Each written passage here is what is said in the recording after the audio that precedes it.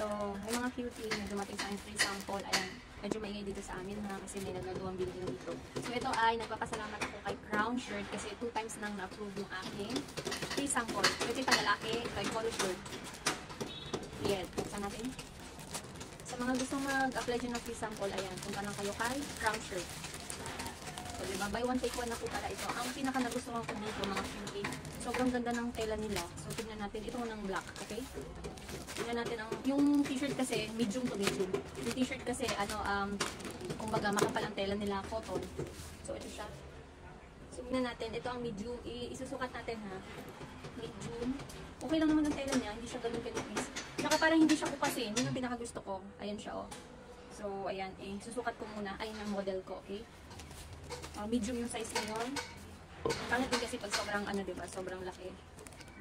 So, ayan. Thank you, Crown Shirt, sa pag-approve ng sample. Tama muna namin na ang nito, ang itsura. Wait lang. Cutie yung ating black, talikod ka. Ito yung medium ang size. Tinan nyo yung kanyang tela. Maganda siya. Tsaka hindi siya kupasin.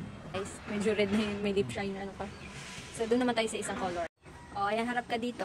Yan yung itsura ng ating olive green. So, ito ay light lang. Maganda siya, nakakaputi sa mga moreno nating dyan, tatay, boyfriend, asawa, or kapatid. Ayan.